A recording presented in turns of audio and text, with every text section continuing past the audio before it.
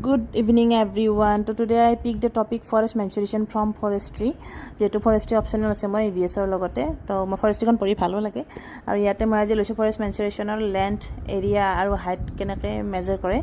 height weight গটেখিনি আছে আৰু unit বিলাক বেলেগ বেলেগ এটা ব্ৰিটিছ ইউনিট এটা ইণ্ডিয়ান ইউনিট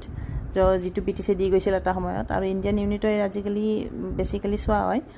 এতিয়া ইণ্ডিয়ান ইউনিটখিনি ব্যৱহাৰ কৰা হয় তাৰপিছত চালো মই weight measurement next আহিল diameter and git measurement diameter to যেটো জানে আপোনালোকে সার্কুলার যেটো diameter থাকে আৰু git হৈছে আপোনাৰ যেটো circumference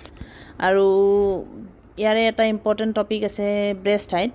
যেটো ডিফাৰেন্ট ডায়াগ্ৰামৰ সহায়ত মই ইয়াতে বুজিবলৈ চেষ্টা কৰিছো যেটো বুজিব ডায়াগ্ৰামৰ সহায়ত সহজ হৈ পৰে আৰু ইয়াতে কিছুমান ইনস্ট্ৰুমেন্ট লিখিছো যেটোৰ সহায়ত এইবিলাক মেজাৰ কৰা হয় breast height টো আৰু বেসেল এৰিয়াটো জানাৰ আগতে আপোনালোকে ব্ৰেষ্ট হাইটটো জানিব লাগিব ব্ৰেষ্ট হাইট হৈছে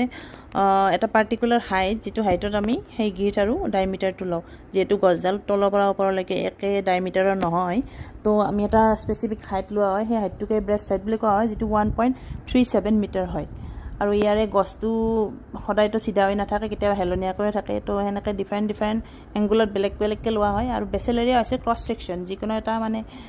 ব্ৰেষ্ট হাইট লোৱাৰ কাৰণে যেটো ক্ৰছ সেকশন এটা লোৱা হয় হেতুকে কয় বেসেল এৰিয়া বুলি নেক্সট মই লৈছো হাইট মেজাৰমেন্ট অলপ চালো হাইট মেজাৰমেন্টৰ তিনটা মেথড আছে অকুলাৰ মেথড ইনস্ট্ৰুমেন্টাল নন ইনস্ট্ৰুমেন্টাল অকুলাৰটো হৈছে অবজাৰভেশন কৰি যেটো গম পায় হেতুৱে আৰু নন ইনস্ট্ৰুমেন্টালৰ তিনটা আছে আৰু ইনস্ট্ৰুমেন্টালত আপোনাৰ দুটা আছে ইনস্ট্ৰুমেন্টালত আছে আপোনাৰ জিওমেট্ৰিক প্ৰিন্সিপল অফ সিমিলাৰ ট্ৰায়াঙ্গল যেটো আমাৰ ট্ৰিগোনোমেট্ৰি চেপ্টাৰৰ সিমিলাৰ ট্ৰায়াঙ্গলৰ ওপৰত বেস কৰি আছে আৰু নেক্সট আছে ট্ৰিগোনোমেট্ৰিক প্ৰিন্সিপল যেটো আপোনাৰ tan থিটা যেটো ওলাই যেটোৱে যিবিলাক ট্ৰিগোনোমেট্ৰি হৈছে গম পাব আৰু এনেকৈ মই হেণ্ডিটেন নেট অলপ বনালো বনাই পেলাই মই ভাবিলো অলপমান বুজিও পালো কিছুমান টাৰ্মিনোলজি গম পালো নতুন আৰু আপোনালোকে এনেকৈ বনাই মেলি পঢ়িব পাৰে অলপমান লিখিলে মনতো থাকি যায় বেছিকে আৰু মই EBS ৰ এটা বেলেগ কপি বনাইছো EBS ৰ কাৰণে যিখিনি আমাৰ এনভাইৰনমেন্টাল ৰিলেটেড আছে সেইখিনি কাৰণে মই এটা বেলেগ কপি এটা বনাই সেইখিনিত মই নোট ডাউন কৰি থৈ দিছো Assam ABS related Assam news and national news international news গটেখিনি মই কপিটোত লিখিম আৰু আপোনালোকে এনেকৈ সেপাৰেট কপি বনাই ল'ব পাৰে মই একচুয়ালি সেপাৰেটকে বনাইছো এইবাৰ কপিবিলাক